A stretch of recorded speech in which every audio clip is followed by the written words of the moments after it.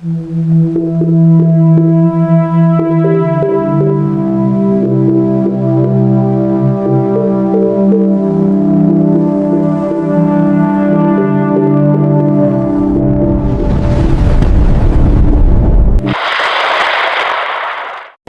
po ang pinakabagong update sa Bagyong Isang ngayong Sabado.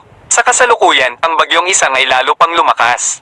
Ito ay isa ng ganap na tropical storm na may lakas ng hanging umaabot sa 90 km per hour at may pagbugso na 125 km per hour. Kumikilos ito pakanluran ng Luzon at huling namataan sa layong 142 kilometro kanluran ng Cat-Uday, Pangasinan.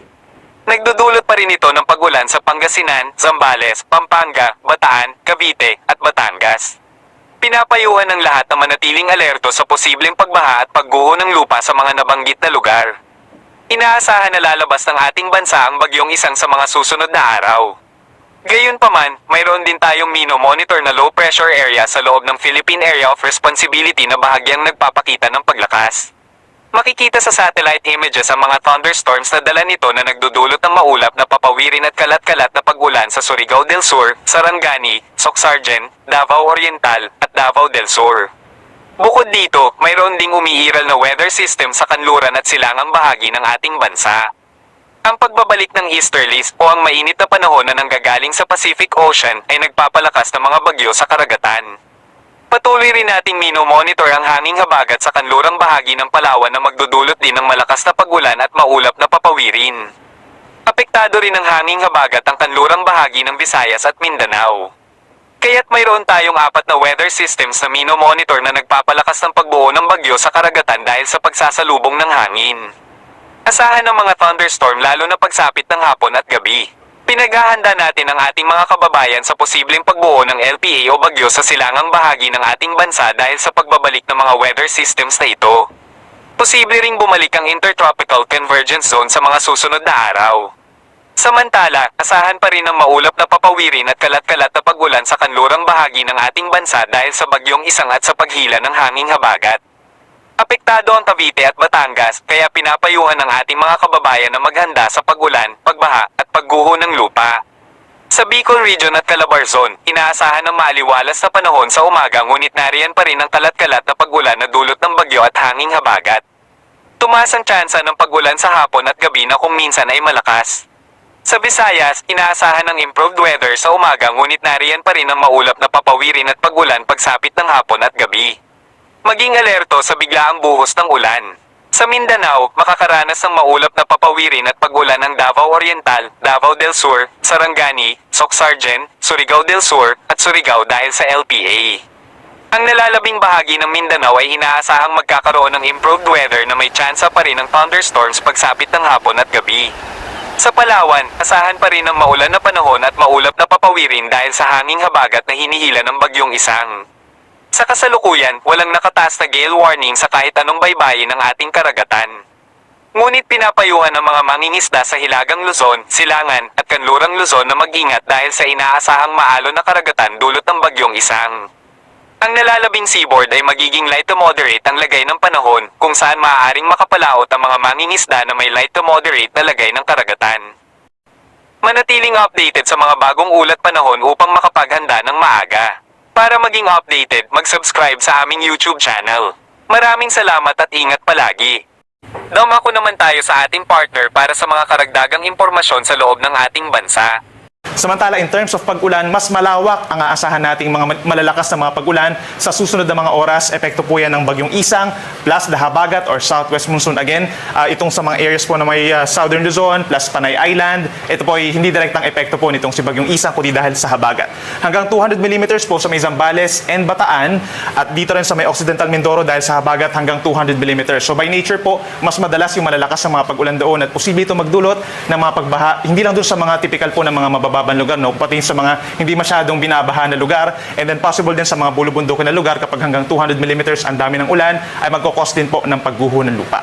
Dito naman sa mga kulay dilaw, possible yung minimum of 50 mm po, no? Lalo na sa mga susunod na oras, aasahan po yung paminsan-minsang malakas na ulan dito sa ilang bahagi po ng Cagayan Valley, southern portion of Ilocos Region and Cordillera Region, maging sa natitirang bahagi ng Central Luzon, Metro Manila, 50 to 100 mm ang dami ng ulan sa mga susunod na oras. Dito rin po sa malaking bahagi bahagi ng Calabarzon, natitirang bahagi ng Mimaropa, Aklan, and Antique. Kaya may chances din po ng mga pagbaha sa mga mabababang lugar at hindi rin inalis yung chance ng mga pagguho ng lupa sa mga mountainous areas.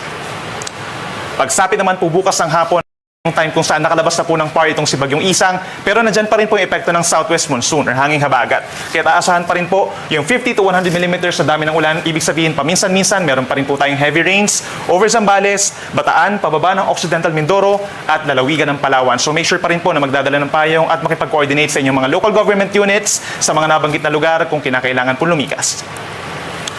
At pagdating naman po sa hindi direktang epekto nitong si Bagyong Isang, no, possible pa rin in the next few days, meron pa rin po tayong pabugso-bugsong hangin dulot ng southwest monsoon. By tonight, Zambales, Bataan, Metro Manila, Calabarzon, Mimaropa, Camarines Norte and Camarines Sur, Catanduanes, Burias Island, meron din mga gusty conditions, Western Visayas, Negros Island Region, Central Visayas, down to Dinagat Island, Southern Leyte, Surigao del Norte and Camiguin, kahit malayo po sila sa bagyo, meron pa rin pong epekto ng southwest monsoon. At para naman po sa lagay ng ating panahon, mas kakaunting lugar na lamang yung magkakaroon ng mga pag-ulan dulot ng southwest monsoon at yung trough nitong si Bagyong Isang.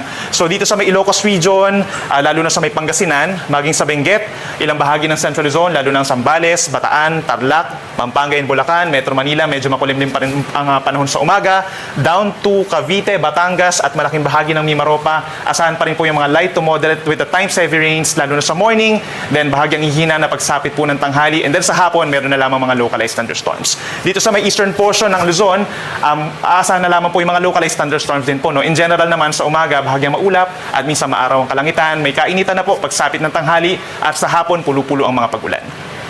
Temperatura natin sa Metro Manila, 26 to 30 degrees, habang sa Baguio naman, 18 to 23 degrees Celsius.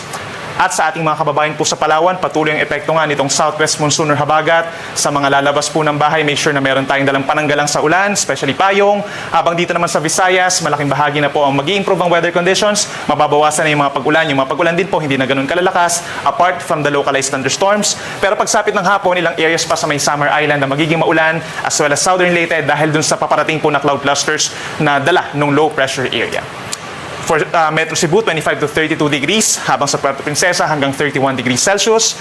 At sa malaking bahagi po ng Mindanao, by tomorrow, asahan yung makulimlim na panahon umaga pa lamang sa may Caraga and Davao Region, dulot ng trough ng low pressure area sa may silangan po ng Mindanao. At aasahan din ng mga kalat-kalat na ulan and thunderstorms simula late morning hanggang sa gabi po yan. At ang natitirang bahagi ng Mindanao, bahagyang maulap at minsang maulap ang kalangitan, may tsansa pa rin po ng mga pulupulong pag-ulan as early as tanghali, then possible din po pagsapit ng hapon at gabi. Temperatura natin sa may Zamboanga City hanggang 32 degrees Celsius at sa Davao naman 24 to 30 degrees Celsius. At para sa ating extended outlook over this long weekend, malaking bahagi po ng Luzon, actually from Sunday hanggang sa matapos yung long weekend natin sa Monday up until Tuesday, fair weather conditions. So ibig sabihin wala tayong aasahan na tuloy-tuloy na malalakas na mga pag-ulan. Aasahan lamang po dito sa may parting Palawan, lalo na sa may Kalayaan Islands, ang maulap na kalangitan at mas madalas na pag-ulan dulot pa rin ng southwest monsoon na hindi naman po malakas in the coming days.